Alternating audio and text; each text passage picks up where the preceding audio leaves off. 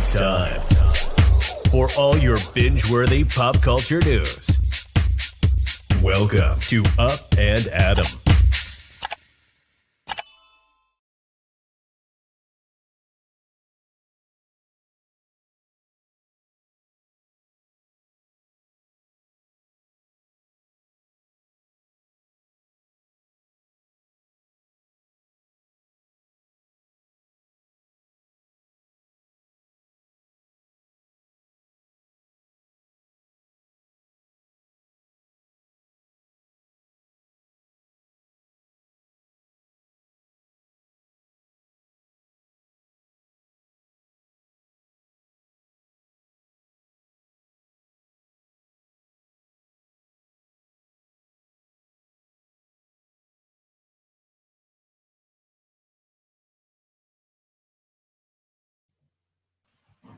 Adam, hi, can you hear me? you were muted. Oh no! Oh my gosh, Jason just came out in the room and said, "You're on mute." Okay. You were on mute. I put it in the private chat and the chat caught it. The chat was like, mute, mute, mute. You could even see the little mute icon on your name. So they knew. But guys, do you want to do your intro again? Oh my gosh. I just want to say, guys, this has been a week. Thank you for sticking with us. We've been doing Hot Messy Topics, the Kathy Hilton interview. It's been a lot, but all I was saying was, guys, we're back to talk about the Real Housewives of Beverly Hills recap. Thank you so much for your patience. If you haven't already, go ahead, smash that like button. Don't forget to subscribe, hit that notification bell. We're going to talk about the Real Housewives of Beverly Hills recap and also Dave Quinn's new book, Not All Diamonds and Rosé, because I saw on your social media that you also got the book. So I wanted to welcome you, and also Jason from Down with Jason. Thank you guys for bearing with me. I haven't been feeling the best this week. You guys know that I've been doping myself up on Zyrtec D. Thank you. I love you guys. There is so much that's happened this week. I've been watching how much you've been working, and I get it. Both of my kids have the flu. I have, like, my eye luggage has its own luggage. Like, I have all kinds of the face, like, I have 3 different types of rollers, and I just bought the frozen one that Zach always uses because I'm influenced by the influencers. I have the gold. I've been wearing the gold under eye things. I have like a jade roller, a rose roller. Oh my gosh, we have the gold ones in our fridge. Yes, they're so good. They're amazing. I took over, like, I have a drink fridge near my bedroom, and I took over the top, and it slides out, and it's all like facial products because the rollers stay there too. Look, I am a woman of a certain age with not as many fillers as any of the housewives. So we have got to work. It takes work. But you sound like Jason. You should see Jason's. Jason has his own bathroom. Well, we have to have our own bathrooms because that's where we're at in life. But yeah, Jason has a whole happy life skin regimen. And it's just a ton of different products. And every time I walk into the bathroom when Jason's in there, he's like, "Are you not using this new moisturizer by so-and-so?" He's like, "I stocked your bathroom with it." And I'm like, where did you put it? He's like, second drawer down to the right. And I look, and there's always new products. And I'm like, how much are we spending on this? I'm just saying, like, Emily, like we were talking about earlier, I waste so much time not only watching like tech reviews, phone reviews, like everything. I just love it. But my other wasted time is spent on skincare.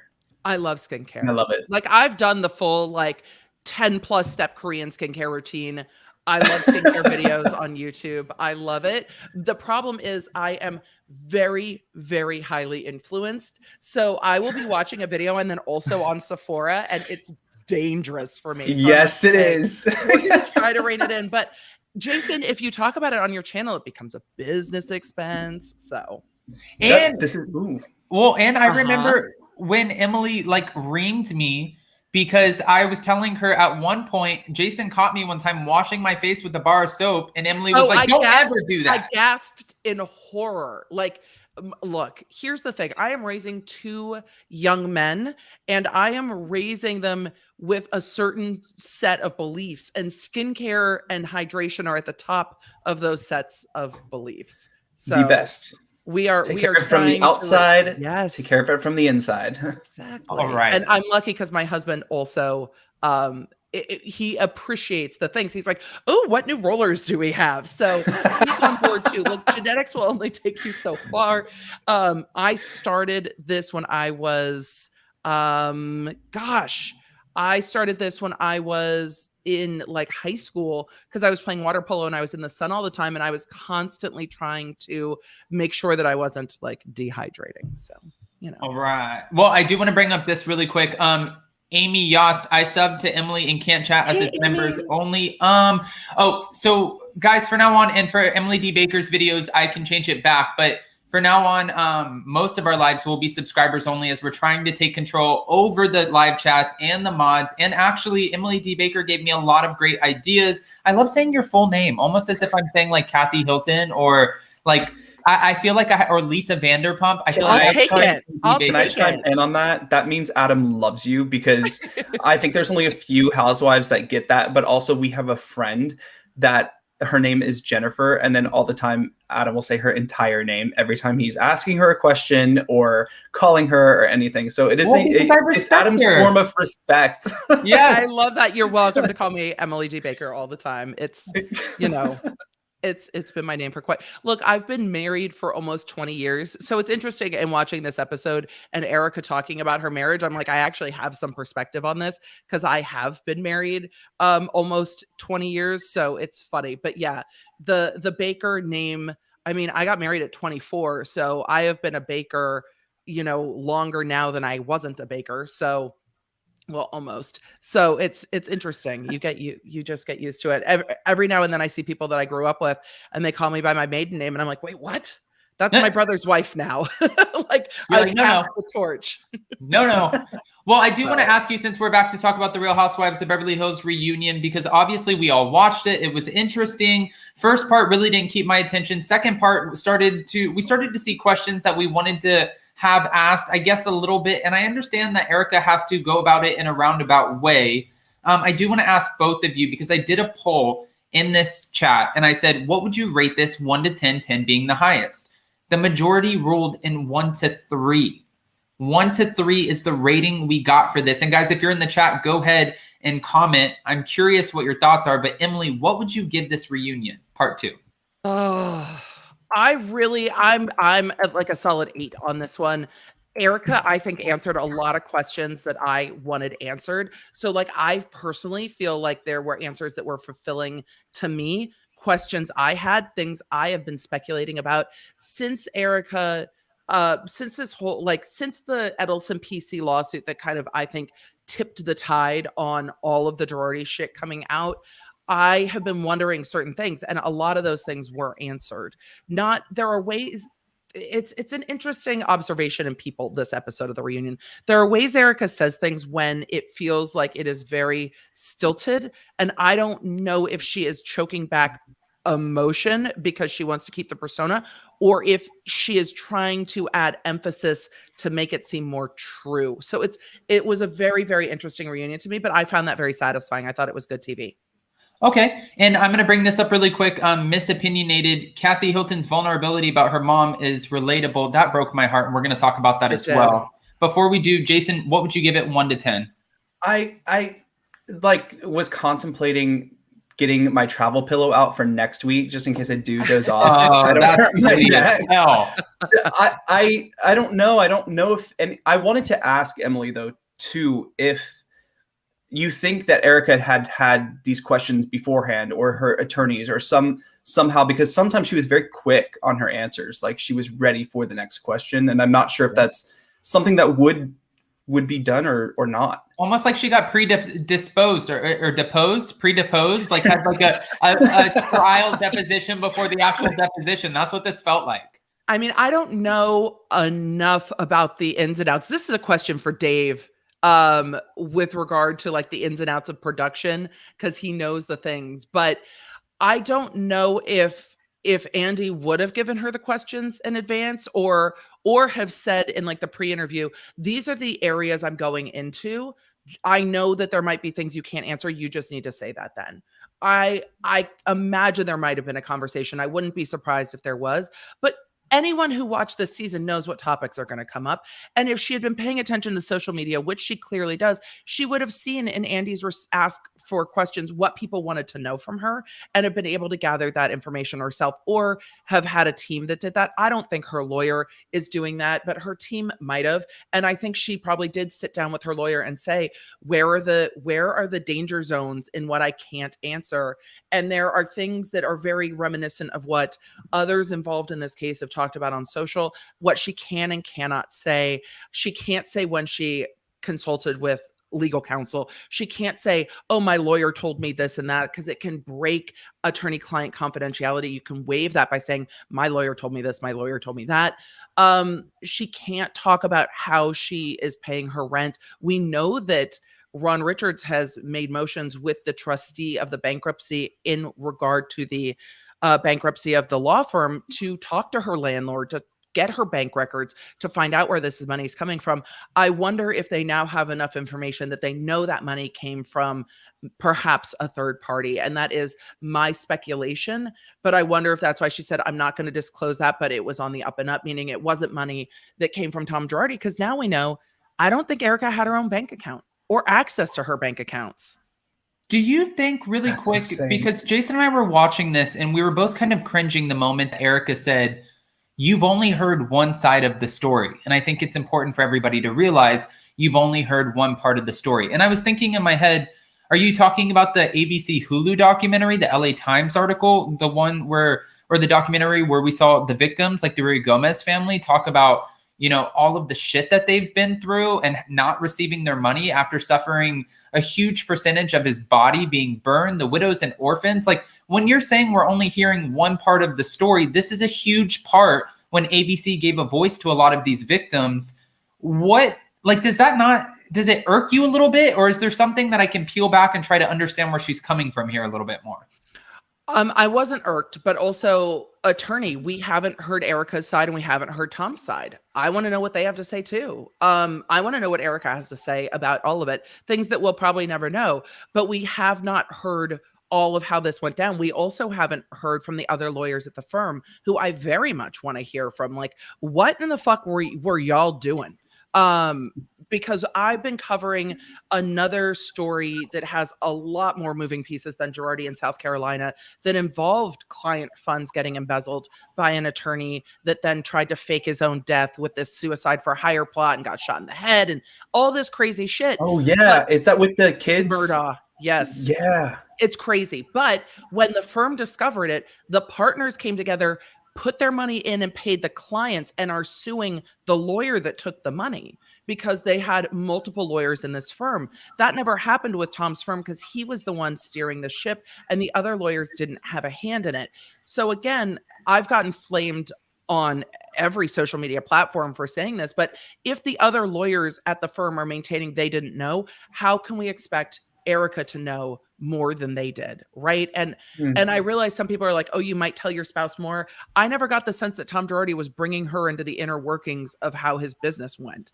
And I don't think that's uncommon in a third marriage with a substantial age gap, that she was not a partner in that way, that she was Tom's partner in entertaining the wives, having conversations at cocktail parties, looking better than the other wives, and maintaining their social status and their social calendar. And that was the work that she put into that marriage, not really talking about what was going on at the business. Does that mean she didn't benefit? No. Does that mean that her behavior on social after she knew was not gross? Nope, it was. Once she knew, how she acted was gross. But I don't think she knew all the way what was going on. But it didn't irk me because that's what I've suspected. I suspected that she's been chomping at the bit to tell her side, because I suspect that she feels lied to by Tom as well, and that she feels like her whole life was a lie. Okay, so there's one more thing I want to dissect here. Actually, there's a few. But when last night she said, I give all of my money to Tom. Okay, so I make a paycheck, I hand it over to Tom, he handles all of the finances. You filed for divorce on election day. You started filming just a couple of weeks before you filed for divorce. So you don't just like wake up and say, this is the day I'm going to file for divorce. Normally, most people are kind of contemplating, what is my next move? Let me get my ducks in a row. Where am I going to go? How the hell am I going to do this? So when Andy was saying, I know how much money you make, and she was like, I gave it all away. I don't have anything. I gave it to Tom. And she had to kind of gulp for a second before she answered that question. Did it set you, like, did it put out any red flags for you? Because thinking about it, I'm like, my parents have been divorced collectively 9 times. And I know when they are about to get divorced, I remember as a kid, I would be kind of in it and listening to them. And I would sit in the van and they would be like, or the car, and they would be like, this is what's about to happen. We're about to move. I'm going to pick you up from school. No one's going to know. We don't talk about this at home. And it was always something like we knew our next steps, which is kind of sounds really fucked up, but we always knew. So for her, how did you not know? I think she had been planning a while. But I don't know, when she said she gave her checks to Tom, I don't know if she was physically giving them, if she didn't have a bank account with their names on them or her name on it, and that she was just direct depositing the money into whatever bank account that they were using. And so she didn't have access to that. I mean, I understand that seems to a lot of people like, this is strange. But in my work as a DA, particularly when you would talk to victims, especially in domestic violence that had narcissistic spouses, and I'm not saying that is what's going on with Tom Girardi, I'm saying this is my experience, a lot of times the women didn't have bank accounts, and it was, no, I take care of you. This is how I take care of you. So I know people that have been in relationships where their money goes into their spouse's checking account. Like, it is not so out of left field for me, just based on my experience. But a lot of people are like, I would never want to be in that type of relationship. I think that she probably had third-party help when she had to start planning, that she had to swallow her pride and reach out and say, I have to leave. I have no money to leave. I don't know how to do this. She can't go the normal routes that that women who don't have money to leave would go, because she is way too wealthy for any of that to help her.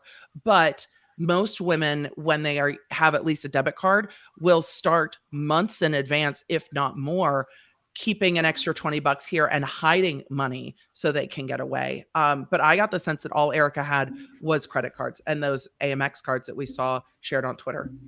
And if she was getting cash back, I think Tom probably, well, maybe not, would have seen it because so much money was moving. Right. All right, I'm going to bring up this super chat really quick. CM, I found the reunion terrible. There's nothing to be gained from asking a liar anything. Erika lies all the time. Con artists do nothing but con. So you love Erika. Okay, we get the vibe. And I get, and a lot of people felt that she was lying. And I totally get it. There were things that she said to me that seemed very much like, this is the party line. This is what I say. And there were things that rang true. I believe her about the banking, and I believe her about the finances. And most of that's based on what has been found in the law firm that's been in the bankruptcy paperwork that showed all of the personal credit card statements were in the law firm. So it rings true to me based on other things that we've seen that he would be controlling in that way. I'm not surprised by that. That doesn't excuse the things that he did. And that doesn't excuse her behavior, but that rang true to me. Okay. So since neither one of you have a dog in this fight, I want to ask, and I'm curious, actually, Jason, I haven't even asked you this either, but fascinating. We heard about the 3 infidelities that she knows of, one being on the day that she left. The actual day that she left, she went through his flip phone and found a picture of a woman's chest. Let's just say that. Let's be correct here. A woman's chest. And then she wrote back. She responded. And Andy Cohen asked her, did you ever commit any infidelity, ever cheat on Tom when you were in the marriage? And she had to sit on it for a minute. And he addressed it at Watch What Happens Live last night, which even Meghan McCain said. What did he say on What Happens Live? I didn't see that. Oh, as you're about to tell me, I interrupt. I'm fast. Oh, no. You're fine. He's when he asked Meghan McCain, do you think that she could have been cheating? And she said, well, the answer didn't look great because she took a minute and she paused. And he said, we didn't edit that. That was her reaction. That was her pause. So I want to ask both of you, do you think there could have ever have been a side player in the game? For her? Yes. I think that's completely within the realm of possibility. And I think that the reason she's not delving into it and the reason she didn't leave because he was cheating is because they kind of understood that that's what that would be. Okay. Jason? Oh, now you're muted. How was this happening today? God, I was going to give Adam shit because when I go on my lives all the time, I'm like screwing up all this stuff. One time I on live. I've started a live for like 5 minutes talking to myself, and Adam's like, you're not live. So no, I have to say, it was the reaction that she gave. And I don't know if she was kind of like wondering what to say, or if she was coached to maybe like do something where that wasn't one of the questions that she saw before, maybe allegedly or whatever you guys, but it kind of seems like, I don't know.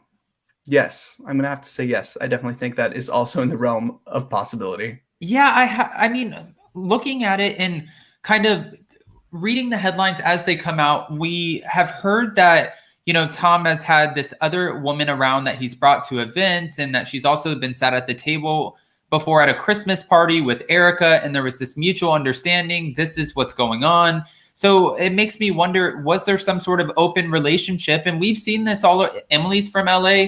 We've talked about it on here that we have friends from LA, and they have a mutual understanding. We're married and we can go out and dabble, but don't make me look like a fool. Don't make this come out. Do not embarrass me. Yes, yep. Do not embarrass me. Be very clean about it. And if you can't do that, then don't do it. And it makes me wonder, was that this? That is not the world I live in, but I'm very possessive of my man. But I just like literally I can't wrap my head around it. But I also, when you're around it and you see it, it's like, okay, that works for them.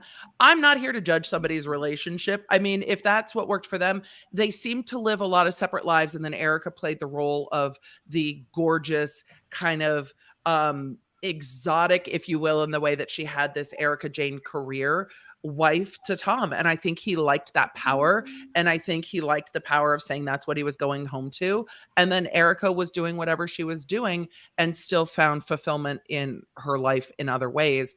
And I think at the end of the day, it's probably the least shocking thing that we've learned about Erika is that they may have had an understanding in their marriage, and Tom might have wanted to be with women I think all the women we've seen are older than Erika that have been shared. People who are going to adore him. I think Tom wanted to be adored and revered and feared. And I think the more women that adored and revered and feared him, the better he liked it. Right. Which, by the way, I thought it was so funny because I had Ryan Bailey on my channel, and then you were on Ryan Bailey's channel. And then there was a whole little back and forth. Love Ryan Bailey. Think he's amazing. And when he came on my channel, he brought on the red lingerie. The red panties. Yeah. I was like, oh, that's in the Bailey household now. Who knew? I mean, I'm ready for the clubhouse to go pay Ryan Bailey for the panties to put them up in the clubhouse. I mean, I think they need to be framed in a shadow box, and like they are now a part of the Bravo lexicon. I kind of love that he's the one who has them. Like it just tickled me seeing them pop up on the reunion, and I was like, whoo! I know who owns those. I kind of loved that moment, and I never would have thought to buy them. I love that he thought to buy them. I thought, and he said that he collected multiple things because he wants to start like a little museum of these things, like his own little Bravo museum, which I was like, all right, you're doing the damn thing. I never would have thought about that, but hey, I'm sure that stuff's going to be worth a lot of money when this all maybe comes to an end. Maybe it doesn't. I don't know. But Tiho1927 said on Twitter, they are posting passages from her book. Her book contradicts everything she said last night. Like another person said, she lies all the time. And then there's another one on here. I don't want to miss it. Adam Summers said, Erika contradicts herself. She said that she has her own money with her New York Times book, Broadway, etc., so she could afford her new house. Then she has nothing as it all went to Tom. I found it funny how contradictions. Yes. Yeah. I even found it funny how Adam, Andy asked Erika something about, isn't it funny that your song is called, you have a song called Expensive to Be Me. And she's like, we can't even compare it to that. That is, what did she call it? Like, she said like that's an like overly camp dance song. Yeah. But I'm like, that's convenient because that was your whole life. That was her persona. You were it was your persona, and now we don't want to talk about that. I just found it funny. Because the way he asked that question was about Tom saying, if you can afford her, you can keep her.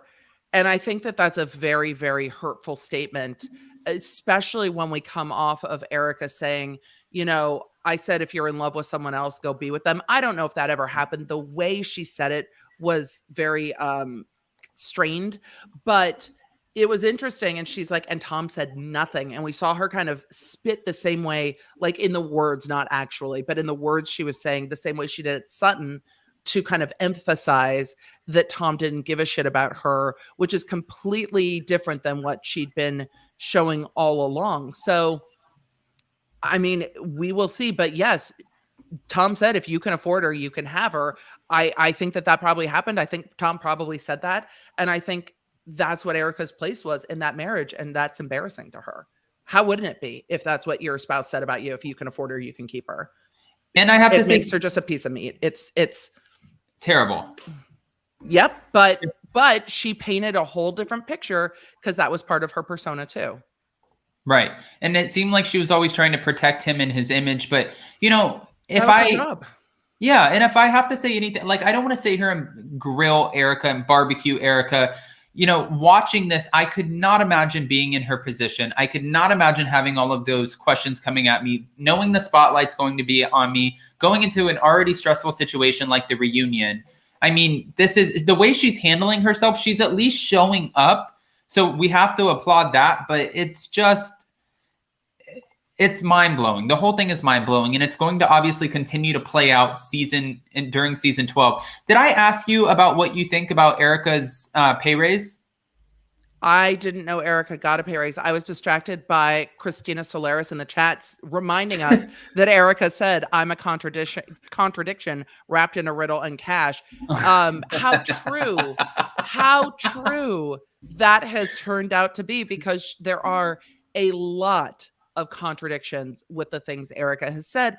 And if she was ever on trial in the court of public opinion, all Andy Cohen needs to do is look at her and say what all lawyers hope they have a chance to say to someone. And I've actually said to more than a few people, were you lying then, or are you lying now? And that's where we're at with Erika. There are some things that she said in this reunion that rang true to me.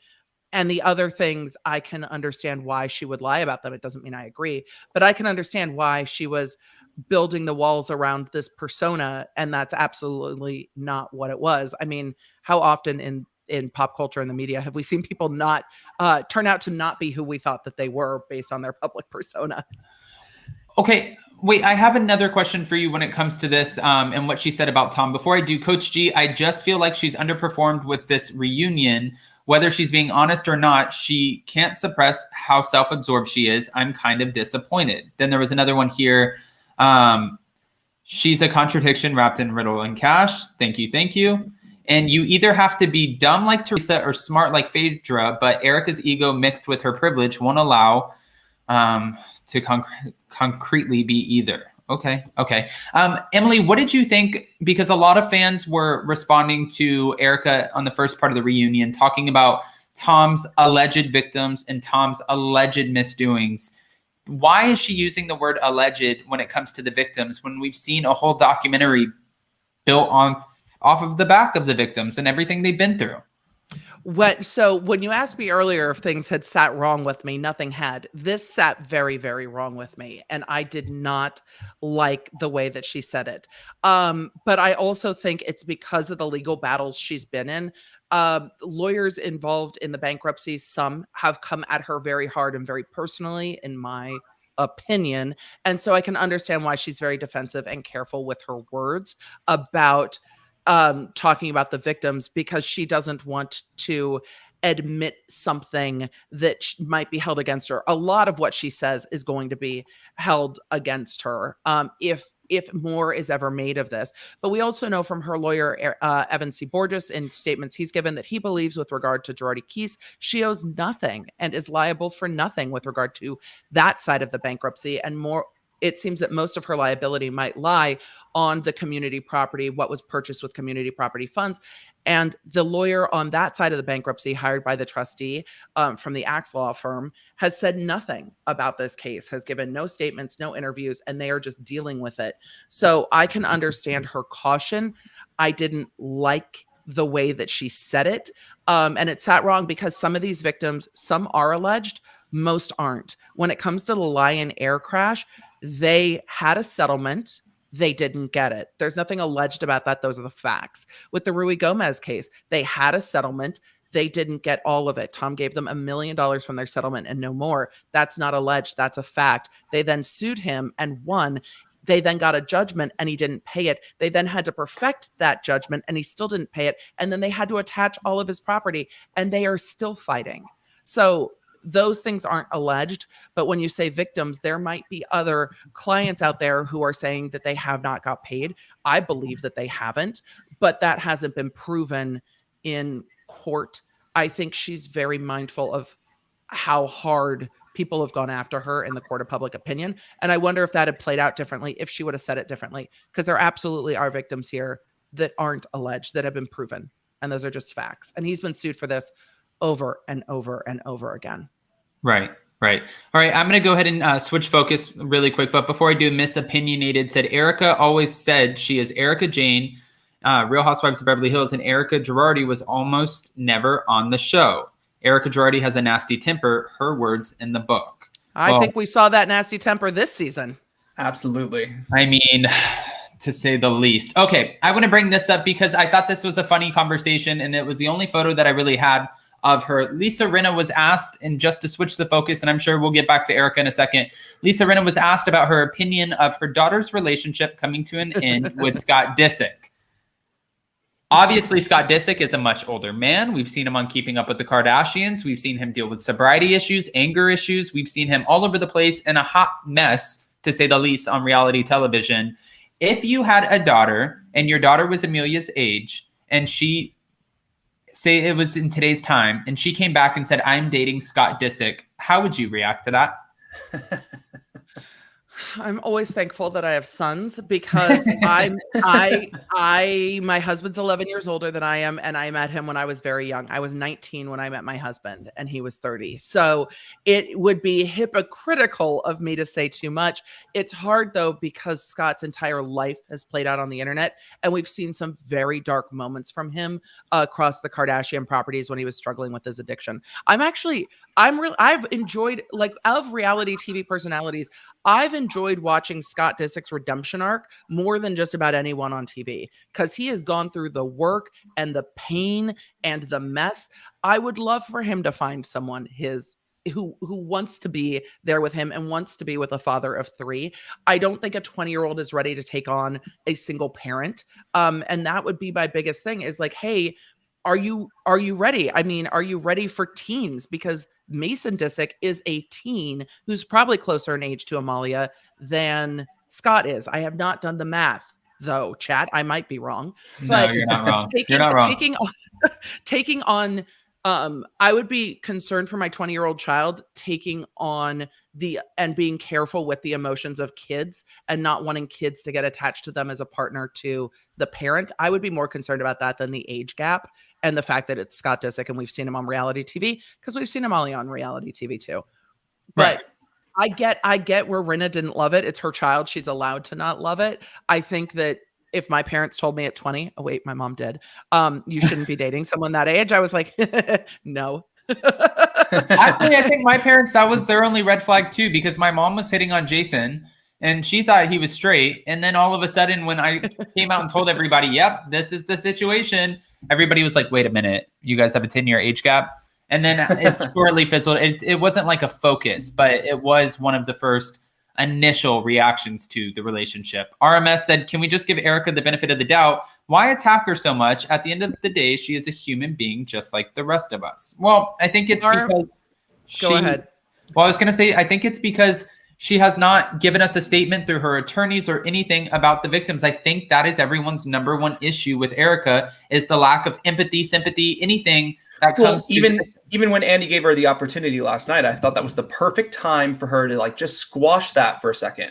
Okay, yes, I feel bad. It was just the way she went about it didn't seem so empathetic. It just seemed like, no, I am the victim. And the way she actually performed last night, because it definitely was a performance in my eyes, the way she would talk like all of the women here. And it was like all this like performing, like her body language was just off to me. It just didn't seem like she gave two shits. And Andy gave her that opportunity. Like, how do you feel about this? How do you feel about what is allegedly happened? She told us how she felt though, Jason. I think she said, I have to survive this. I'm fighting for myself. And I think that those statements were both true. And I think that is why people are coming for her, because her focus has been, I am fighting for myself. I have to survive this. And that is very valid to what she said. You know, he's 80, you know, he's lived a life. I'm 50 and I still have a lot to go through. And I understand that she has to get through this. But I think all season, that's the only thing I've really been waiting for, is for her to maybe acknowledge it a little bit. And it was just quickly, you know, I have to deal with myself. I have to get out of this. But I don't know. Something was missing for me. I agree with you. I think she could come from a place of, I have to survive this, and have empathy for those who she could characterize as going through it with her. He lied to the people who trusted him most. Right. I'm heartbroken for them. He owed them a duty, even greater sometimes than he owed me. And we are all left holding it. And I'm going to do what I can to make it right. I am trying to survive this. My entire life's been a lie. But she has never stepped up and said that, because I think she sees herself as the bigger victim, which just isn't the case here. She isn't going to be left with nothing. Some of these victims' lives will never be made whole because the person they trusted to make their lives whole didn't. And that is the difference. And she doesn't see it. But yes, she was given the opportunity and could not get there, because honestly, I think that she just isn't there. And so we can all see it. She doesn't see it. And she told us that last night. I'm focused on me. I have to survive this. And that's why people fillet her online, because she is self-absorbed. Yeah. I do want to ask, I have another question for you, Emily. I want to hit these super chats really quick. Will this just end up with a bankruptcy filing that leaves the victims again? Well, we've heard from Ron Richards and other people that they're hoping that that's not what happens, and they're trying to reach a settlement. But I'm sure Emily, if she feels like it, might have something to say about that. Wilson Richardson said, do you think the bankruptcy case will use her persona contradictions against her in court? By the way, you three are like my dream team friends to get drinks with. Hey! And then Catherine Forehand. You're my dream team friends to get drinks with too. Good afternoon, everyone. Like I told Jason earlier, the second part of the reunion was boring. Wow, Catherine. Okay. All right. I love a good opinion. Well, I mean, we're here. We're here for Erika, right? Like, this is why we want to watch the reunion. We're waiting for and Hunky Dory. Of course. And that was honestly an amazing part, to see that vulnerable of Kathy Hilton. Yep. Thank you.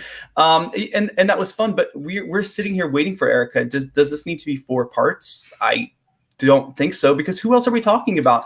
We saw Andy almost fall asleep. I don't think it was from talking to Dorit or that she was boring. I think so Andy is just bored in general. What a check out. Like, it was so good.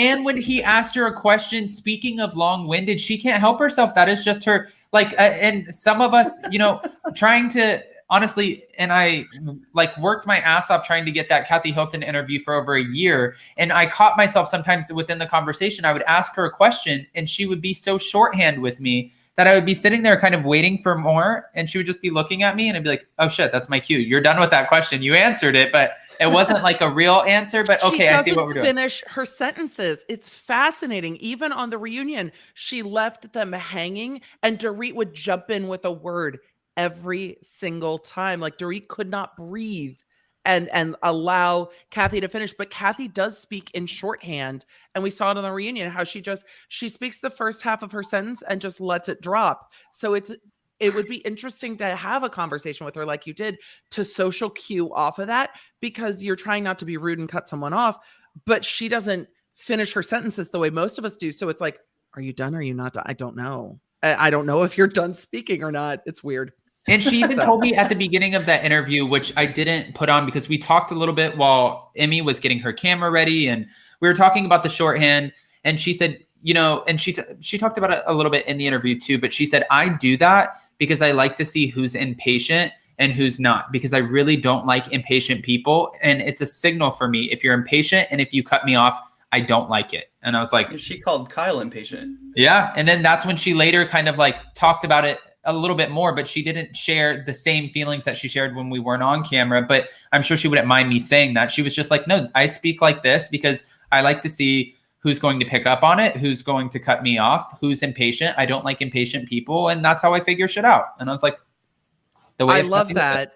But you've just ruined my life because Kathy Hilton and I will never be friends. I am way too ADHD for that. And I will forget what you said at the beginning of the sentence if you don't wrap up. But I get the sense that Kathy is very bright, and I can see her analyzing people in the way they act, because Dorit is always there serving the next word in like a beat and never just lets it breathe. So it's really interesting to hear you say that. I'm going to watch the way Kathy interacts kind of with a different take. I very much enjoyed her this season. I felt badly as they got into her mom, and I wanted to see more of that. I felt like they brought Kathy out, and I was like, oh, good, we're going to talk to Kathy. And then they went back down the marriage rabbit hole with Erika. I'm like, why? I think they did that because well, hold on real quick. The harsh reality, poor little rich girl. Like I said, she is not capable of showing us much more. Okay. Laura Hartman said, am I the only one who doesn't love Kathy Hilton? I think the behavior of hers is kind of an act. Something just seems off. I'm suspicious. Yes, you might be the only one who doesn't love Kathy Hilton because I am biased at this point.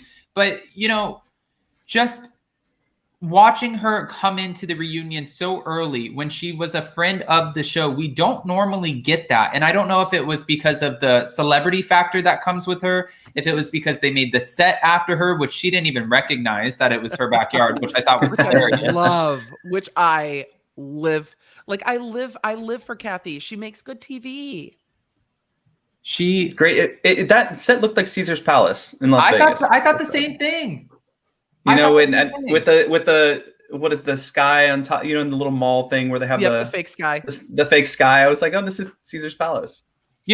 For Kathy Hilton coming on, I love the fact that she came on early, but it did make me question. But watching this vulnerable moment and watching her get so real, you can tell this woman is incredibly guarded. And she's mentioned before, the reason she speaks in shorthand is because she's actually protected herself on a lot of different things.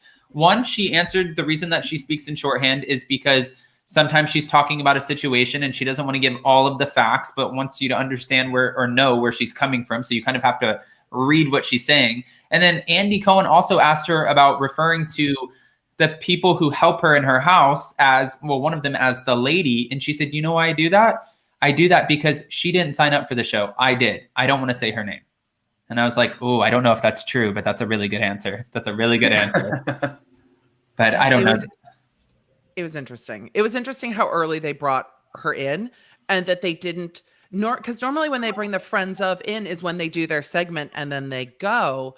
I just wonder if they wanted Kathy there the whole time because she's Kathy, but they also didn't want to give her the earlier call time because we saw at the beginning that she had that later call time that Kaya was talking about. So I feel like production has definitely, they want to keep Kathy happy, and she's been allowed to pull shit on the show we've never seen a housewife pull. And I know we've talked about this with like sleeping through half of a trip and bringing her fan and not getting up for breakfast, stuff that other housewives wouldn't do on a cast trip. But Kathy doesn't, I don't think, care about holding a diamond. She's Kathy fucking Hilton. She just is. She actually is an enigma, and she doesn't even have to say it in her tagline because she doesn't need a tagline because she's too good for it. And I just live. I love that they've brought her on. Look, production, I know you don't, if you're watching, just keep letting Kathy Hilton do whatever she wants. We love it. Yeah, 100%. I want to know what's in her hand, though. I want to know her receipts or whatever she's holding. Like, what is that? What could that possibly be? And I love the fact that she comes out when she's wiping her eyes. Not only, she doesn't ask anybody for a tissue. She has like that rich person's kind of cloth that's embroidered. And I'm like, oh gosh, here we go. But Joanna Hubbard said, not just lack of empathy. Erika seems to be angry at the victims for doing this to her instead of being more upset at Tom or even herself. We do see an interesting part next week where Crystal Kung Minkoff actually looks at her and wants to know why she's not more angry with Tom. And then she bites Crystal's head off, and Andy looks at her and says, well, you seem a little defensive now. And she's like, well, because everybody wants me to be angry and everybody wants me to be this and that. Honestly, I could not imagine being in her position. I wouldn't even know what's right or wrong at this point. Like she said, damned if I do, damned if I don't. If I'm crying, then I'm trying to look for attention. If I say something now at this point, then I'm just trying to get redemption. So whatever she says is going to be so highly criticized because everyone is so invested in the Girardi scandal. It's she came ridiculous. out ignoring it and posting thirst traps on Instagram. That damage is already done. She had a chance to not start out defensive, and she didn't. And I really think it was the Edelson PC lawsuit that put her on her back foot with that, because it came out and called their divorce a sham. And we heard last night that she said she was mad. And that doxing of the judge that Tom supposedly had an affair with, as that was all going down, and people, the Edelson PC suit came out, called the divorce a scam, that money was being hidden with Erika. And she said last night, I'm sitting here going, there is no money being hidden. I was with Tom for 20 years. I'm walking away with nothing but debt and liability. And I was pissed. And that also rang true. I think she did it because she was mad. And I believe her when she said I was mad. Everyone's saying this divorce is a sham, and it's not. I'm mad because I'm walking away with nothing. Like, this isn't the parting gift that I signed up for. And I once again, I thought she was being honest in that moment too. I think she is pissed. But Andy did have a good question last night. He said, if you had left, you would have received half of everything, right? And she said, she kept on kind of, I don't know if you felt like she was deflecting the question, but she's like, well, now I'm left with half of debt. But he's like, right. She was deflecting. But before you knew that there was this debt, you would have left if you wanted to leave with half of everything, right? She was deflecting because I don't know at what point she realized half of everything was going to be nothing. Because it's been a while that there were multiple legal lenders who had liens on the house, plus the Gomez family had the $11 million lien on the house. We don't know at what point she realized, oh shit, now half of everything is half of nothing. We don't know when that awareness came for her, but if she had left 2 years ago, it would have been the same. Those liens were on the property. So this house of cards has been coming for a while. So yeah, if she had left a few years ago, this might have all come out in the wash, but she waited too long to leave. And I don't think she can say that, because I don't think she can say, they haven't said their date of separation yet in the divorce, because that can have implications in the bankruptcy. So she waited too long to leave to take anything, and she knew it. When she knew it is unclear. Okay, so she doesn't. Oh, go ahead. No, sorry. No, I'm just gonna say she doesn't really know anything, because she calls him like, I don't know what she said, like a really good storyteller, and he's on a loop. I was in love with this man, but then she contradicts herself the next sentence, saying, "I don't know who I was married to." So I'm like, she's confusing for me. Well, and then, a lot of people... I think she's confused, Jason. I think she's still processing it all. Yeah, I really do. Emily's saying you're not the only one who's confused, Jason. I think you're right there in the same... I'm so confused. I think all of us are. She'll say, when I married this man, or, all of this stuff, but then, like, he had 3 mistresses. Tom is very much like this, and I don't know who I was married to. It's like, we don't know where you are right now. Wait, I do have a question, Emily. Had she have left, let's say when she first started the show, let's say just 4 or 5 years ago, had she have left then before all of this came out, and she would have taken half of everything, whatever that number would have been, let's say she would have received $5 million out of the divorce settlement, and then 5 years later, this all starts playing out, could they have been able to go back and try to get that money that she got? No. Okay, so she really just got screwed on this. And then when she was... I don't know. Again, we don't know how much she knew. And the house, in a lot of divorces, in California, once you're there for 10 years, you can get spousal support for life. That is different in different places in the country. But if she had left, Tom probably would have fought her on community property. We know one of his ex-wives is getting like $10,000 a month in spousal support, and that stopped because she's now a creditor in the bankruptcies as well, because her full spousal support wasn't getting paid. But the house was never really community property. Tom owned the house before she came into the marriage. If everything's running through the law firm, I don't know what community property there was other than maybe cars, but they were all leased. Paintings and jewelry and clothes.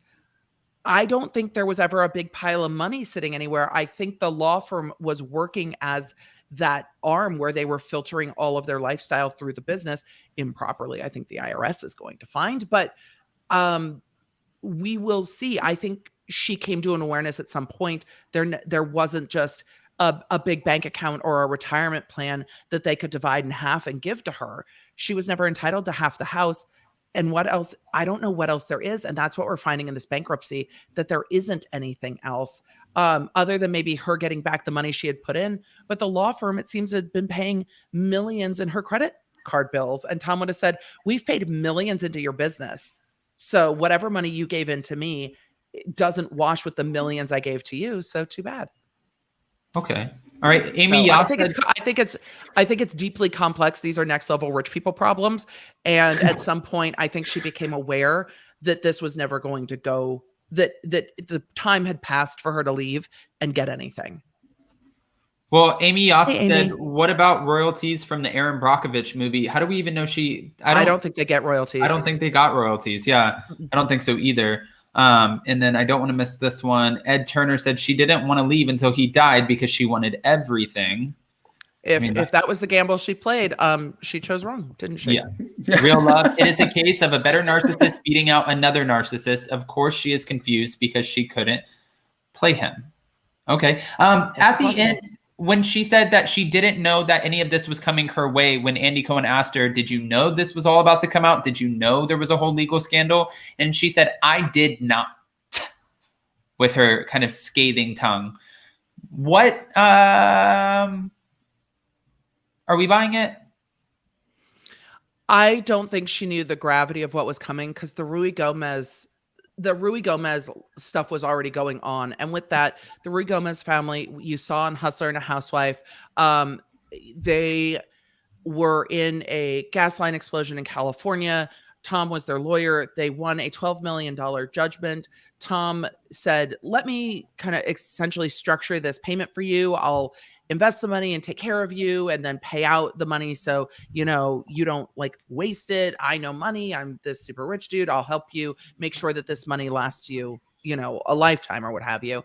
And then stopped paying the monthly payments, stopped paying them. So then they sued Tom. They won. They got a settlement. He didn't pay it. Then they started attaching the property, and they were serving subpoenas to depose Erika about where the money was and about why they hadn't gotten the $11 million that they were still owed. They had deposed Tom Girardi, and part of that was in Hustler and the Housewife. So we knew at least that was going on. We knew that she knew part of it, but also I don't know how much willful blindness was going on, because she's like, look, Tom in his profession gets sued all the time. No, not all lawyers get sued all the time. But I don't doubt that she believes that. Whether she should or shouldn't is another story. But I don't doubt that that's what Tom was telling her and believing her. But even last night, the Shady Bravo production, we love you. What do they call it? The Bravo wink, where it's like, but look, we talked about this. But look, we talked about this at the last reunion. And they had talked about her name coming up in another lawsuit that was in Arizona, alleging that the law firm had lent her money. She knew some of these things. I don't know if she knew the entire gravity of the things. And I think she either in her head or was said by Tom, this is all bullshit. This is part of the job. Like when you're at the top, everybody's taking shots. And that Erika saddled up on that lie and rode with it. Okay. All right. That's what I think. I do want to kind of pick your brain on this too, because Jason and I were talking about this. When it comes to Jay Edelson from Edelson PC now pursuing Erika, trying to get this footage subpoenaed, and then we found out that an attorney who was brought on by the trustees decided to, kind of take her side in this motion against Jay Edelson. Did you have any thoughts on that? Because that made news. I'm going to cover it Friday. I haven't read all of the motions. Edelson, I really want to have a conversation with Jay Edelson too.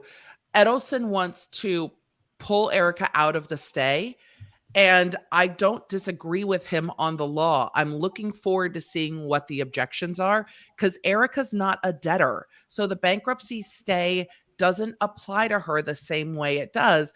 But I also understand the duplication of efforts, because then you have Jay Edelson, and Edelson PC, for everybody who has not covered this and talks about it in their sleep, is the one who filed that first lawsuit with regard to the orphans and widows. It actually says that in the lawsuit in Illinois that kind of sparked all of this. The Illinois cases where the judge went, wait, hold up. What? The clients haven't been paid? Where is the money? I'm freezing the assets. This is going to prosecution.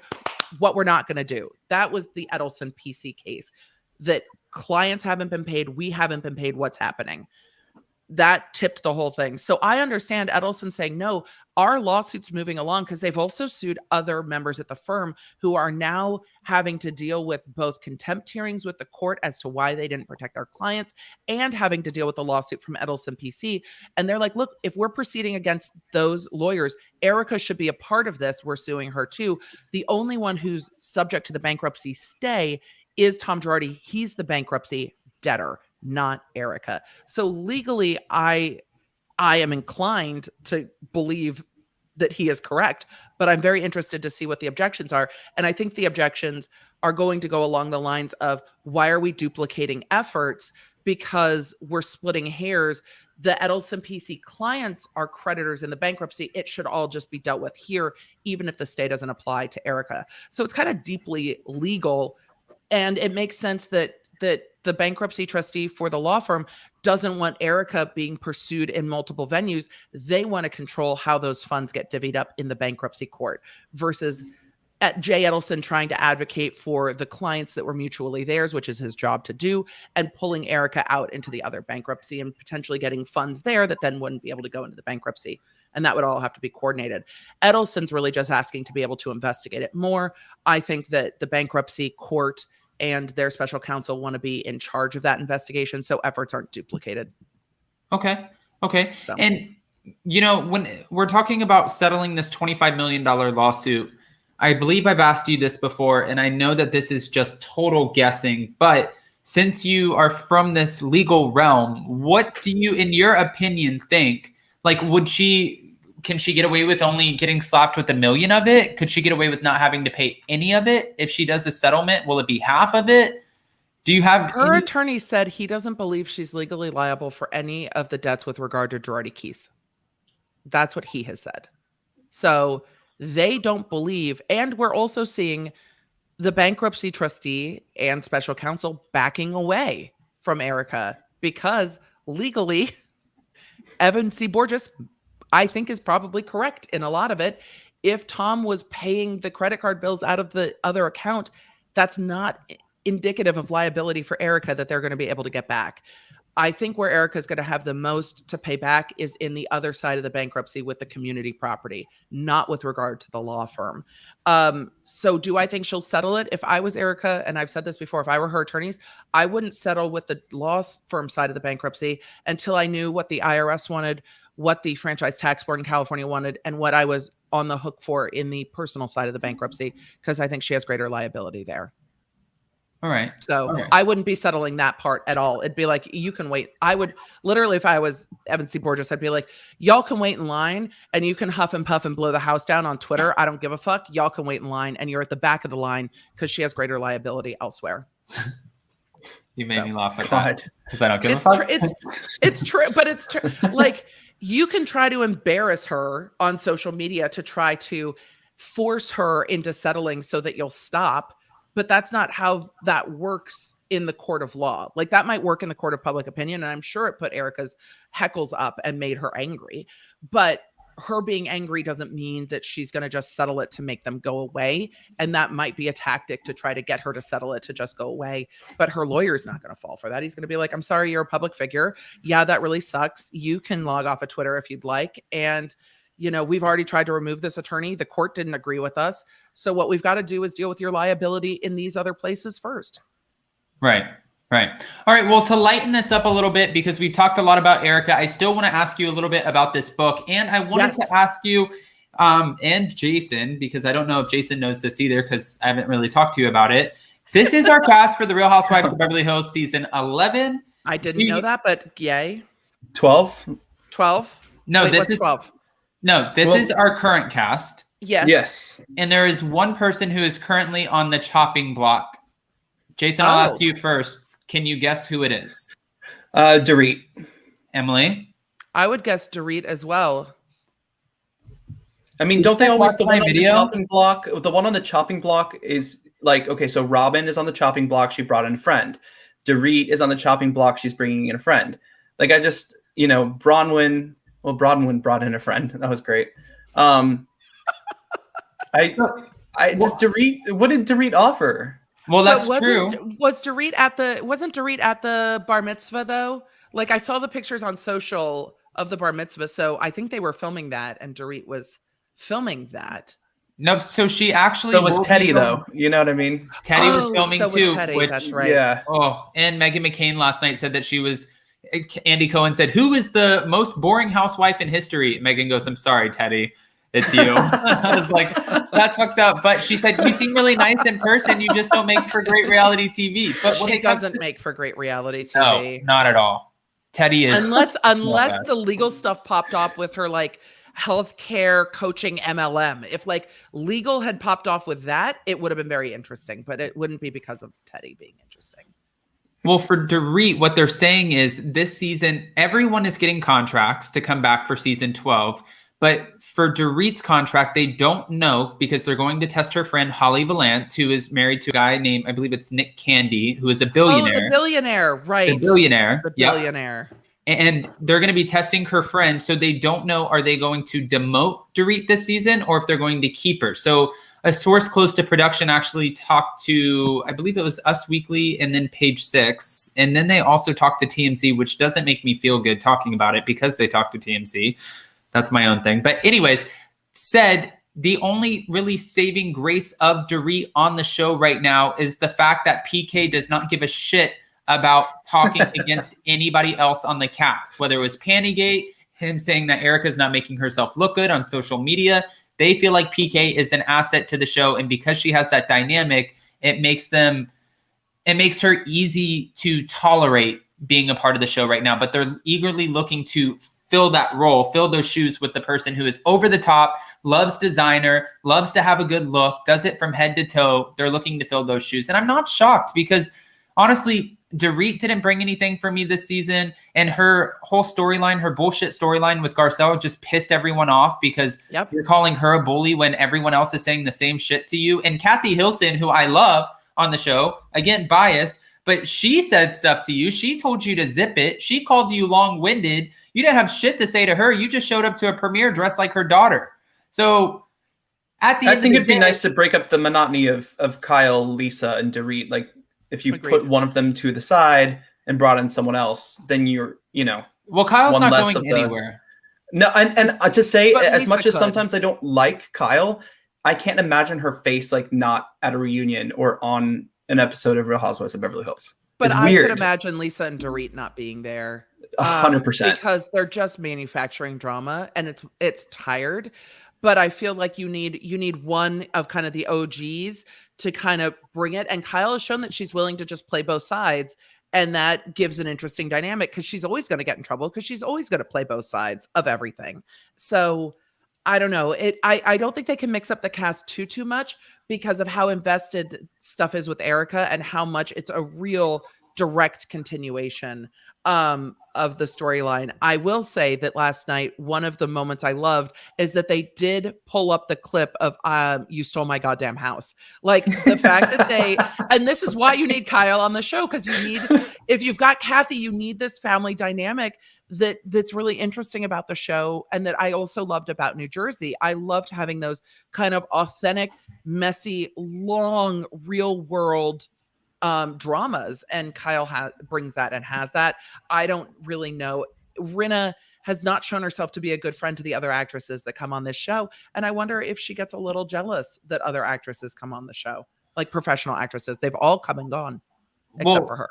From what we're hearing, producers actually told Lisa Rinna this season that fans did not respond well to her based off of how she acted defending Erika so blindly when she was so relentless last season, and they want her to get back to what she pitched herself as in the beginning, which was a real shit stir. And I think she diverted that, this whole, if I'm going to stir shit with anyone, it's going to be Garcelle, which it didn't really seem like it was warranted, which was a bad look for, the Real Housewives of Beverly Hills. And then I think Garcelle shut her the hell up when she came out on the first part of the reunion and said, we have a mutual friend, and that friend said that you don't want race to be talked about on the show. And then all of a sudden you see her jump up. She jumps into Garcelle's lap. She throws her legs over her. It was the most uncomfortable situation. Honestly, it would have pissed me off. And for Garcelle, I don't know how she wasn't like, get the hell off of me. Garcelle was gracious. Garcelle was gracious in patient. The moment. And yeah, that was also it was good. They also played the You Beast moment, which was also fun. The You Beast. The You Beast. There were fun moments, but Rinna really did not sit well with me because she was so fake with Garcelle and then so ride or die for Erika this season. It was just all so contrived, and it just was. Yeah. And people can read through that now. Yep. I love Garcelle. Garcelle came out. I think the highlights of this season for me, yes, I enjoy watching the legal play out in real time. Look, when I was in law school, the most real-time legal we had was Janet Jackson's boob at the Super Bowls. Like, that was the only real-time legal that we had, was like air delays and the FCC and the Nipplegate and all the things. But now we're getting legal that is playing out in the media and on social media, and then we're seeing what was recorded and playing out. And I find that very interesting, even though I'm not finding Erika particularly likable.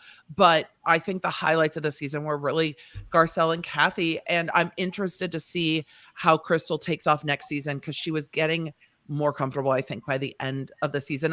She said 6 words at the reunion, but she has sat there and looked lovely. Nobody's fixed Garcelle's earring. It's sitting there hanging off the side of her ear. I'm like, somebody just reach over and fix her ear cuff. But yeah, just like when you guys told me that I was on mute, sometimes you need a little bit of help. But, Crystal's also coming back next season, and the producers had a conversation with her telling, listen, we liked you on the show. We knew it was your freshman season, but next season you really need to bring it. Now that you know what you're doing, you've been in this, we need you to kind of take a step forward and jump in there, which I'm not mad at them saying that to her, because even when I had my interview with her and we had the conversation, she said, when I first met these women, I wouldn't call myself a fan of the show, but I had seen the show. And my first time filming, going over to Dorit's house, they were celebrities to me. They were Bravo celebrities. I saw these women. I've seen them on TV. And I was really kind of like taken aback. I don't want to say insecure, but she said it took her a minute to get to the point where she was finally comfortable with herself to show who she really is on camera. And she's hopeful that we'll get to see that next season. But also Sutton brought it the second season. The first season, she didn't really do anything for me. So that's right. I think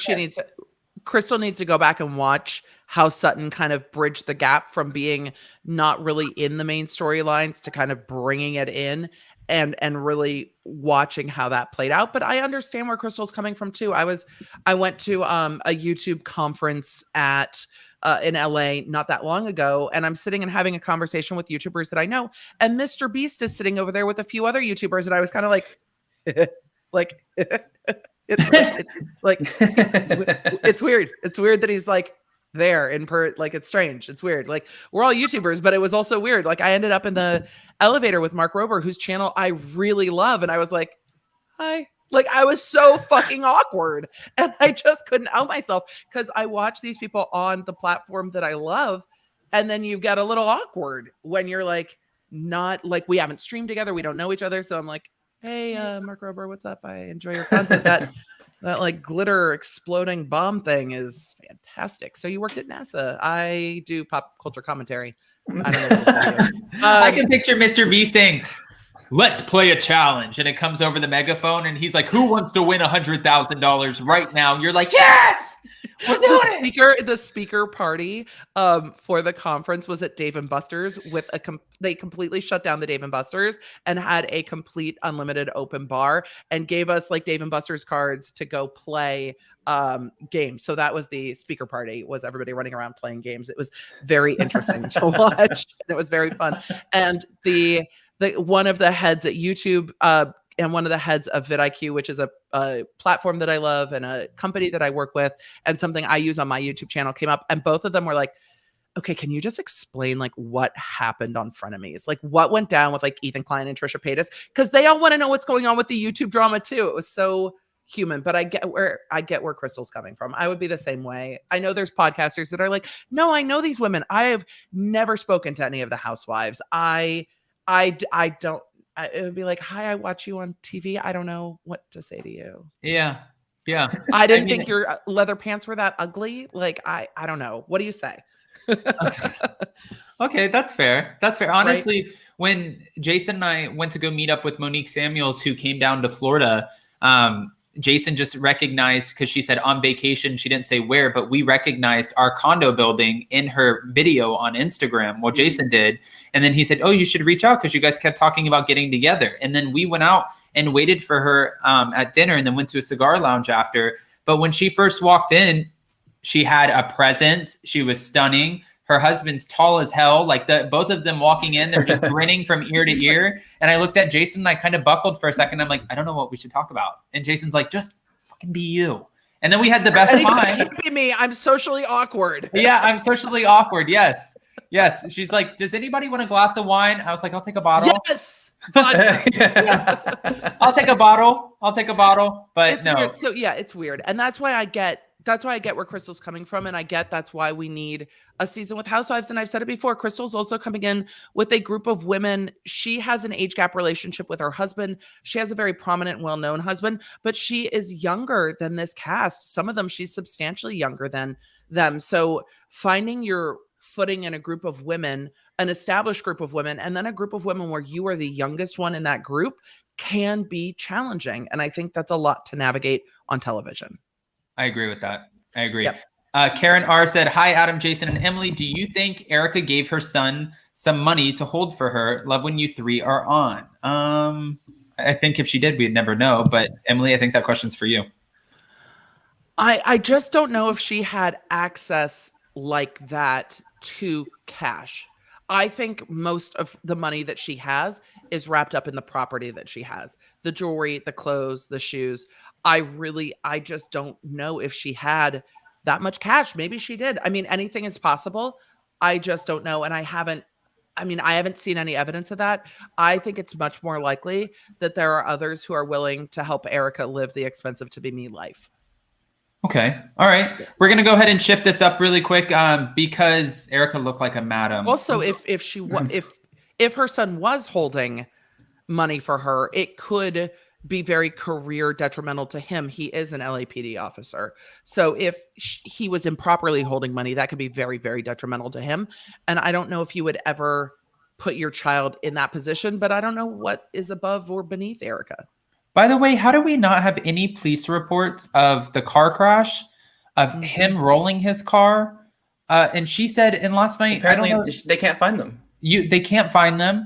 And then the LA Times writers who put out the first article actually reached out to Pasadena police asking about this. And then they did a FOIA request, which is easy to do. And there just aren't any.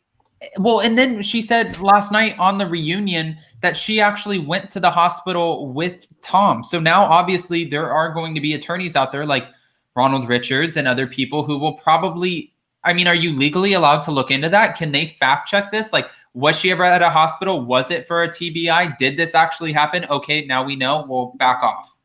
I mean, does it matter? On the legal end, it doesn't matter. For the show, it matters. Legally, it doesn't matter. It's suspicious to me that there's no police reports. The crash accounts are odd. I know he went to the hospital, at least for the broken ankle, because I know people that were working at the hospital when he was there, who have shared with me that he came in. But I'm not asking for more medical information than they shared, because that would violate their ethical duties to not share. But it was like, no, he came into the hospital with what's been reported publicly. Right. But did she go to the hospital with him? I'm sure she did. If she's saying she's the one who found him, did the conversations with doctors happen where they're like, I don't want to operate on him, I'm afraid he's going to sue me? I don't know. I don't know if any of that happened, but I don't know if it matters. Like, right. I don't know if fact checking that stuff matters. There's no police reports about any of this stuff, and that's very odd, particularly the car flip for her son. I will say, though, if if he flipped his car in a jurisdiction and people know he's a police officer, depending what was up, people might have been like, look, this is just, you flipped it because you were going too fast. We're not taking a report. Could that have happened? Could that have been a courtesy because he's a police officer? Could have. I mean, is that possible? Is that within the realm of possibility? Yep, it shouldn't happen. And if it's found out, people can get in a lot of trouble. But is it possible? Yep. Is it unlikely that he flipped his car in snow? I mean, the story. All of it seems so fucking suspicious. It's just all of it is weird and sus, but I have seen weirder stories. So I've seen I've seen really fucking weird stories be true. So I'm always like, I'm always hesitant to call direct bullshit because it's like, well, this seems really weird. It seems really weird. I've seen really weird shit be true. I'm like an investigator, but just like by fun. This is like what I like to do for a sport. And when Jason tells me I'm going to Starbucks, I know it takes 3 minutes to get there. It takes about 4 minutes to get your coffee and 3 minutes to get back. So with that, that's about 10 minutes. So when it takes him 15, Adam doesn't know minutes, that iPhones have like find my location or share with friends, or what is that location with friends or whatever, which you can look up. Like, yes, you can. Even on our insurance app, you can look. I don't like that. And you never told me that. So no, I don't need you finding my ass. But my point is, I'm checking the mileage. I know that it's a mile to get there. I know it's 2 miles there and back. When I see there's 6 miles, I'm like, no, bitch, where were you at? So investigator, Starbucks and the liquor store. Oh, okay. I mean, it's the way Erika told the stories are part of the problem, because Erika did not come forward with information. It was smug and it was dripped out to get everybody eating out of her pocket. Like, this was very, I think, calculated for television, not for us to understand. It's like, well, I just assumed he was with another woman. I mean, all of it was it was not the way you would sit down with your friends and be like, I'm so fucking stressed because this. And I've been holding this all in to try to protect this man my whole life. And my entire world is blown up. And he's left me with all these lawsuits pointed at me. And I don't know what I'm going to do. And how do I bounce back from this? And everyone's going to fucking hate me and I'm scared. That's not what she did. She tried to make it that she was still in control. She's not in control of her life right now. And it was, he was with another woman. He was unconscious for 12 hours. How do you know if he was unconscious for 12 hours if you showed up at the end? Did you sit there and watch? How do you know? You don't know. You assume. All of it's strange. I love when you do the impression too. You're like, oh. Because some of the things she said are so just calculated. Like the way she was like, if you're in love with someone else, go be with them. It was some of the way she speaks is not fluid. And again, that's something that I was always keyed into when I had witnesses that I would ask questions to. Like, how would I question Erika about the car crash? It would be like, why did you go looking for him? Where did you go looking for him? What time was it when you found him? Was his body cold? Was he warm? Did you check to see if he was breathing? Did you go, oh, good, this is the day. This is the day that I'm a widow. Like, I have questions. And not to mention, most people know, like when you see an accident or something happen or somebody's on a ground or there's something, 9 times out of 10, you don't really want to touch that person because you don't know, God forbid, what's going on with their body. So you don't want to move that person. And an ambulance would advise you, anyone, an EMT, they would advise you against moving that body. The harsh reality said he may have been drinking, cover up maybe, but no snow in Pasadena since 2019. But when did that happen? Oh, that would have happened. Oh, I was saying that Heather McDonald's Erika impression is way better than mine. But this flip would have happened. The son's car flip would have happened in 2020 because it was having to do with the and the robbery or the burglary or the not robbery burglary. So that would have been in 2020. But I don't know where he lives. I don't know where he was driving to and from. It was very, very strange. The whole situation. I'm going to say that he was driving the Big Bear. I'm just going to say he was driving the Big Bear after he went and helped his stepdad. And that's what happened. I would just go with that. And I'll try to give her the benefit. No. Which is not in Pasadena though, right? No, it's not in Pasadena. But those roads are windy. And when they get snowy, they are very, very slick. Though if you flip your car on those roads in Big Bear, you're probably going to be down the side of a cliff. But and 5 times. Yeah, you're not flipping 5 times. Well, I guess, yeah. It's very sus. I appreciate that there's investigative reporters trying to find the truth and aren't finding those reports. I imagine that they wouldn't have called in whatever Tom did with his car because they were trying to protect his work. People have put together a rough timeline and we're like, no, he was back in court. Like, how much of a traumatic brain injury did he have? Because he was back in court. But this is going on when I'm covering the Murdaugh case too. This dude was shot in the head, had a skull fracture and a brain bleed, and then was entering a drug rehab facility 2 days later. I'm like, how are you out of the hospital? Like, all of this seems weird to me. I don't know. The Tom stuff, I believe he broke his ankle. The circumstances around the rest of it, I don't know. It's very, very strange to me. Okay. But I don't know if it matters. I think it was Erika trying to gain sympathy on the show. I don't know how much the truth of that story matters. Right. All right. Well, we'll stop grilling you on the Erika stuff because we it's interesting to me, and I really try to see it. I really do try to see it from both sides of the things because I'm not here to skewer Erika. It's not like, I'm sure there's plenty of people who want to. I want to understand what the fuck happened, and I still don't feel like I understand what happened, and I'm going to keep going this or this, this or this, this or this, because we just don't know. At the end of the day, Tom's clients have been tremendously damaged. People who trusted him have been hurt, and he blew up the life of himself and those around him. And if he ever loved Erika, he has blown up her entire life too. And it's going to be very hard for her to come back from this. And some of that has to do with the things he's done, and some of that has to do with her own actions. But it's interesting watching how much people are skewering Erika versus what's going on with Jen Shah, because Jen Shah is the one alleged to have done the things versus the husband. So I think Erika's been treated differently than Teresa, but Erika acted very differently on social media than Teresa. And I think she brought some of that on herself. All right. Anyway. Well, enough about Erika. Everything's about her. That damn Erika. But this is how she's going to bounce back, right? Making it all about her, keeping it all about her. And if she had been contrite, if she had been empathetic, if she had showed some remorse and then gotten off of social media like she should have, everything might not be so focused on her. It might be the case where Erika has decided that everyone talking about you is better than no one talking about you, and it doesn't matter what they're saying because we all are still talking. Right. All right. So true. Well, speaking of talking, though, I do want to switch this up for a second because there is one man who's been talking a lot in his latest book, Not All Diamonds and Rosé.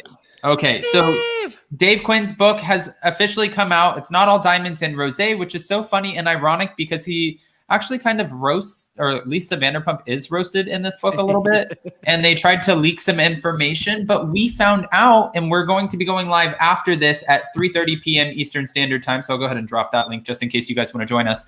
But we're going to be going live after this to talk about the fact that what the producer said in this book, it seems like is not actually true. Now, Jason, you might know better than me, but didn't he come out and say that this is a book of feelings, not facts? Emily? I don't know. It is, my copy gets here from Amazon today, and B, it's an oral history of Housewives. So it's it's the stories people are sharing of how they experienced things. That's true. Okay, so then it might not all be factual. Yeah, feelings. Okay. I don't know I don't think Dave was trying to fact check it. I think the point of it was this is people's stories and they're sharing their take on the behind the scenes of it all. And this is one side of a story from the person who is sharing it. I mean, if Leah McSweeney's scene on The Real Housewives of New York on her first season when she goes, "Shots fired!" If that ever made sense, it's now. Because all of these housewives, it seems like they had independent interviews with this man or whoever it was, and so much shit came out in this, and now it's like, oh, wait a minute. I don't know if you've heard this yet, but like Danielle Staub came out and said when she got her hair pulled by Jacqueline Larita's daughter, Ashley, coming out of the Posh Fashion Show, Teresa actually stabbed her in the back with a fork and ripped it down her back, like leaving marks. And then Andy Cohen confirmed that there was a physical altercation of that, like that happened, and they decided to edit it out of the show because Teresa stabbed somebody with a fork. Exactly. But then, wait a minute, they edited it out of the show so they could excuse allowing somebody who assaulted someone to remain on the show with a weapon. I mean, wow. Yeah, there's more in this book. There's a lot of shit that's coming out. Candace Diller I can't wait to read it. Ripped Andy Cohen a new one. I mean, there's a lot that I'm talking about for my hot topics. She did rip her a new one. I mean, there are so many different housewives that are being roasted in this book by other housewives and then confirmed by producers. But some of these producers no longer even work on the show. So it's interesting to me. I know you have the book coming. I have the book on the way. Once you start reading it, if there's anything that you see that's like a red flag or whatever, you'll have to text me and be like, Adam, what the fuck? Look at this. We'll absolutely talk about it. I mean, I think there is so much. Sorry, I just, in the chat, Jesus Aceves said, are you forking kidding me? And I just died for a minute. It just was such a brilliant quip. I'm sorry. The chat caught my eye. You've caught my eye, chat. I can't wait to read this book because, again, these are the stories, and we know there are other stories that are going to be coming out. And we've seen, whoever got the media previews of the book, we definitely see the story about Puppygate and Lucy Apple Juicy. Do you want to recount that as it comes up from the book? Because you're saying that might not be true, and I want to hear about that because I haven't heard about it. Oh, well. Actually, Jason, I'm not the one who figured this out. Jason figured this out. I did not figure it out. I'm going to give credit where credit's due. I think she's in the chat. But sent me some great material that we're just going to kind of who she got from one of the writers from Radar Online who was actually receiving. No, she did her own research, which, yeah. Well, can we talk about we'll talk about it at 3:30. Jason's today. Like, yeah, all right. Yeah. Can you not? There's the tease. Are you giving us a tease? What kind of bullshit is that? We don't do teases around here. But somebody said, like what we do now. Ed Turner said nobody cares about Jen Shah. Well, we're all going to care come around March because everybody's going to want to know what the fuck's going to happen. I think the chat really responded to, and I keep asking this, and the response keeps being the same, is that people really aren't as invested, because I said, why is Jen Shah getting treated different than Erika? Erika's been on 6-7 seasons. Jen Shah, it's just been a season. And I think a lot of people didn't like Jen Shah from the jump. And so the audience doesn't feel betrayed by Jen Shah. They don't feel deceived by Jen Shah. Everybody was kind of like, something's off with the 6 assistants and the way that you're living, like something feels off, where Erika really did sell this like women empowerment. I don't care. I live my life at 40. I'm embracing who I want to be. And I think a lot of people were rooting for her. And that's part of why people feel so betrayed by Erika, where with Jen Shah, they're like, oh, you're also a criminal, possibly? Okay. I mean, it tracks. Like, it tracks. It tracks with her behavior. It tracks with the drinking and screaming at people. Like, it tracks. And so it's not really a story. Where with Erika, it's like Erika sold something was a lie, but it seems to me that Erika sold the lie that she was in this fairy tale marriage with this litigator for the people who's super rich, who swooped her out of being a waitress and let her free to live her best showgirl life. And then she became famous and beautiful and diamonds and houses and everything's great. And then it all just came crumbling down and people want to see the fall. So I think that's part of it. But yeah, the chat answered my question. So yes.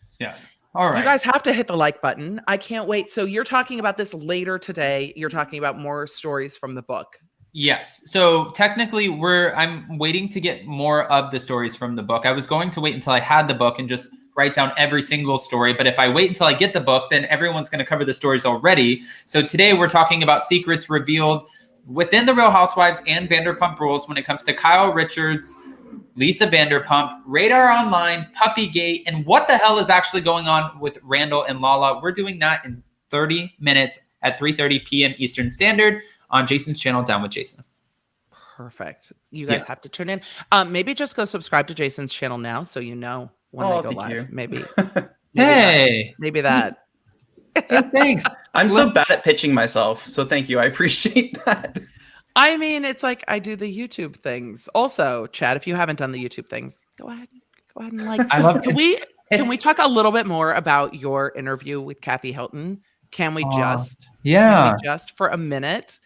What was your favorite part of that interview, other than you got to sit down with Kathy Hilton? She doesn't really do the podcasts and the shows, so I imagine it took quite a bit of work to get her. Yes. So I first messaged her November 15th of last year. When I did, I had I think I only had like 20,000 subscribers at the time, which is still great, but 20,000 subscribers. And when I messaged her, I didn't expect a response. And I was so excited. Jason and I had just moved from LA to Florida a month before that. And I was getting into the groove of Florida, but I wasn't so excited to be here yet, which now I love it. And then finally, this made me excited because I'm like, okay, I can still do what I love from here. And it's all on YouTube. So it kind of gave me hope at the time. And she said, just reach out to my assistant. Yes, just contact Emmy. And I was like, okay. So I went through her followers. I went through the people that she followed. No Emmy. Finally, I was talking about it for months. And Miriam, one of the subscribers on my channel, actually reposted a clip of one of my lives where I was like, guys, we would love to get Kathy Hilton on the channel. Somebody said, get Kathy Hilton on. And I said, guys, we would love to get Kathy Hilton on, but she told me to go find Emmy, and I don't know who the hell is Emmy. And she took that clip, posted it, tagged Kathy Hilton in it. The next day, I had an email from Emmy saying Kathy Hilton thought that was so hilarious. And then she obviously reenacted it on the interview, which was funny. She was laughing about it. But my favorite part was I became an honorary Hilton, the A to her B and C, Baron and Conrad, and now Adam. So now I expect ABC Hilton. Yes. ABC. Yes. And I expect to be invited to Paris's wedding, and I want to do Christmas at the Hilton house. So I mean, I think you should at least be invited to a show that Paris is DJing. I mean, I think we should at least start there. See? Well, and yesterday when I posted the interview, of course I tagged Paris and Nikki and a couple other people in it. And when I tagged Paris and Nikki, I saw that they watched it, and I'm like, oh shit, now I'm going to be fixated on trying to get Paris Hilton on my channel. This is going to be great. Like, she doesn't have a million other things happening right now, but now I think now's a perfect time to have Paris on to talk about what she's doing in the show. Yeah. Yeah, I agree. No, I even said to Kathy, because Kathy messaged me and she said, hey, love, when are you posting the interview? And I said, it's up today at 4 p.m. Eastern. I talked to Emmy about it, and she's like, okay, perfect. And she's like, talk soon. And then I was like, yeah, thank you again so much. Something. And then I slipped in a thing about Paris in there just because naturally I had to do that. Because I sound like a psychopath, but I just love that. I've been watching them since The Simple Life, okay? I've been obsessed for a long time. I think we all understand The Simple Life better now that we've watched Kathy on TV. Like, we all understand better. I want to go back and rewatch The Simple Head. It was just simpler times. Like, the drama was fluffy. Like, the scandals were like, do they sell walls at Walmart? Can you believe someone said that? Like, back to the days of Jessica Simpson not knowing the difference between chicken and tuna. Like, I feel like we all lived in just a little bit of a less cynical time. And the stuff we loved on reality TV wasn't as dark and heavy. I love reality TV, but right now it just doesn't feel like much of an escape on any of the reality TV shows. It's very heavy. It makes I second that. Yeah, I agree with that too. I wanted to cover pop culture stuff for fun, and there's not like the Britney Spears conservatorship is dark and sad and tragic, and it's not fun. The Girardi case is not fun. I mean, even lawyers wilding out on Twitter isn't fun. It's all just a little bit sad. My favorite case that I've covered so far is about competing caterpillars in the UK. And because at least it was fun. And you know what? There's some more food lawsuits coming up, and I'm going to be covering them because you know what? We just need a little fun and our reality TV. And maybe that's why people aren't resonating with the reunion. It's just not, it's not fun. It's heavy. Like, it's a heavy reunion, but Andy's not backing down from it.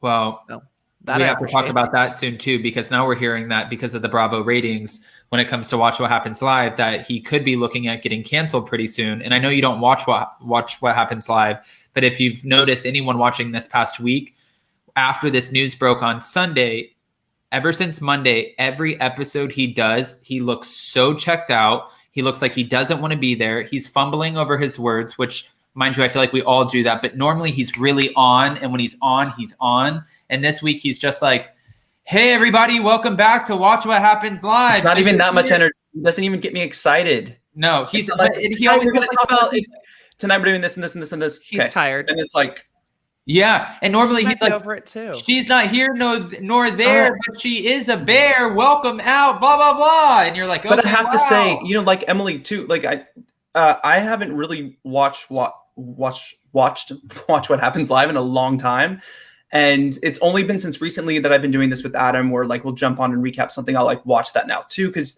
there's so many things you miss, and there's lots of like hidden gems in the interviews and stuff, but.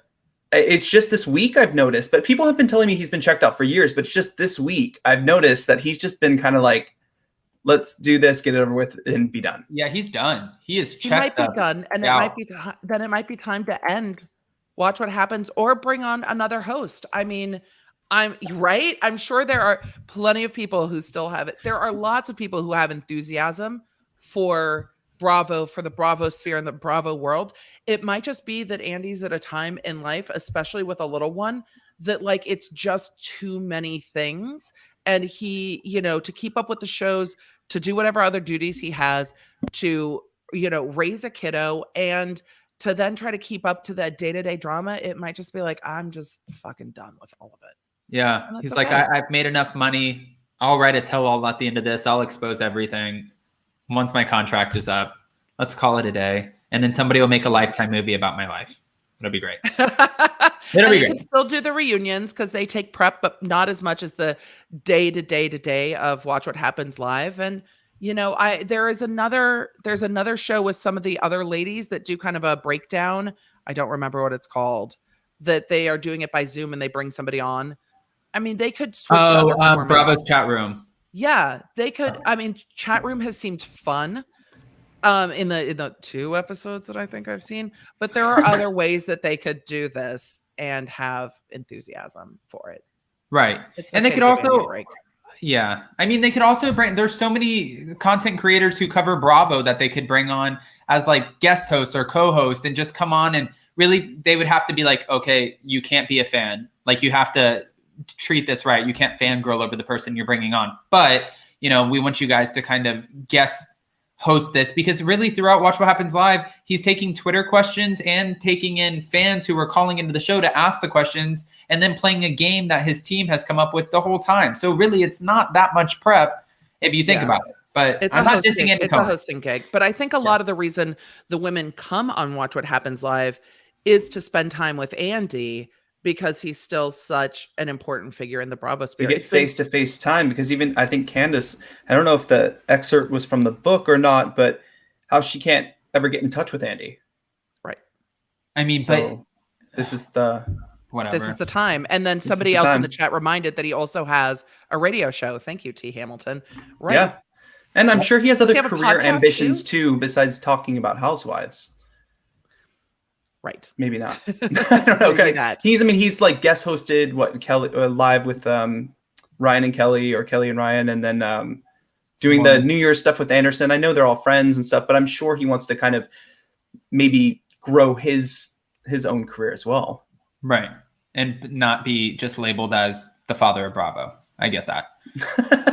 I mean, but he is the father of Bravo. Just be it. I don't know. Yeah. But I also understand I imagine that's a grind, because you do have to show up to work, and even being a content creator, there is a busyness to it. I'm not as busy as you are, Adam. You do so many shows and interviews, but there is a busyness to it, where I could see Andy just needing maybe a break from Watch What Happens.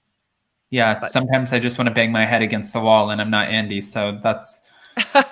You're like, sometimes I need a day where I'm not on air. Yes. Yeah. Sometimes, and Jason always tells me, he's like, it's okay to take a you day. I'm like, a me day? What the f is a me day? We don't have time for a me day. There's too much to talk about. But Adam, you don't feel that you can't take a you day. You have a amazing audience and a growing and thriving channel. It's okay to not work every single day, because your audience isn't going to disappear. They will be there. Did you also know that the algorithm will not push videos after you do more than 3 a day? They just don't get the same reach. So, it's okay Adam. to oh, great. Now, thank you for saying that in front of Jason. Okay. We're gonna have it's okay to drip things out a little bit. And remember, your audience is here for your take, not because you're first. You don't have to be first on everything. They still want to hear what you have to say. Great. Now Jason's going to grill me after this. Thank you so much. No, he's not. Jason's going to support you. Yes, I'm supporting your health, your mental out. health. Yeah. Your mental health. I would support Andy that. has a new show on Peacock called X-Rated. It looks so bad. But maybe we can see why Andy's tired. Yes. Yes. There you go. There's the glass half full out of it. There's the glass half full.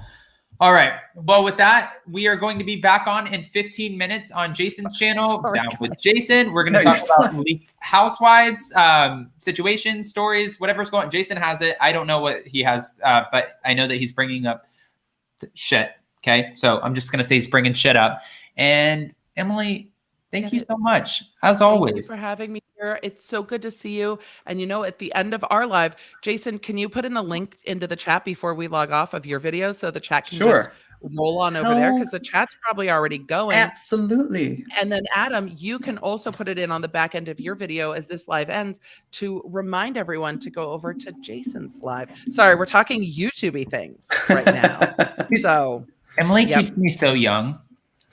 Oh, goodness. I love YouTube. I mean, I am old as hell, but I love YouTube. So you guys can all just hit the link, head on over to Jason's channel and keep the chat going over there and speculate wildly about what shit Jason's about to bring up in 15 minutes. Keep the chat going. Go after party over there in the chat. Let's after party. Hell yeah. Guys, if you're living under a rock, which I don't think you guys are because you're here, but if you're not following Emily D. Baker, make sure you go follow her because, well, that's where you get the real shit. Here we give you cotton candy shit. You get the real shit over there. It's context. I bring the legal context. Y'all bring the all context because they've got the production said this and the ladies are doing this on Twitter. We need all the context together because I can't keep up with that and the legal. So it all. And I can't. I if it wasn't for you, I would understand none of the legal that is happening at all. There's so much to keep track of. There are days I'm like, oh, okay. People are like, so Jamie Spears is firing his lawyer. I'm like, tomorrow, people. We'll get to it tomorrow. There's a lot going on in the legal world every single week, and I try to keep on top of it the best I can. Not today, friends. Not today. Not today, James Spears. Not today. We have other things to talk about. Sit down. You're out. I'm tired of you. All right, y'all. Thank you so much for having me. I'm sorry as I Doritos. No, Emily, thank you so much for being back, and I can't wait to have you back on eventually to talk about some Salt Lake City. We will be back soon, but we will be back on here, not on my channel, but now in 14 minutes on Down with Jason. So head on over. I already see the chat filling up over there. Guys, I'm dropping the link one more time. Yes. Emily, thank you so much. And thank you to all of the law nerds for joining in. Thank you to all of our mods, super chat, super stickers. We love you guys. Thank you. Bye. Bye. Bye, Emily. All right, guys. If you haven't already, go ahead, smash that like button. If you're not subscribed, get subscribed. Head on over to Down with Jason's channel for another subscribers-only live chat, okay? We'll see you soon, and then we'll let you guys know within the community tab about hot, messy topics tonight at 6 p.m. Check out all of the topics. Bye, guys. Love you. Bye.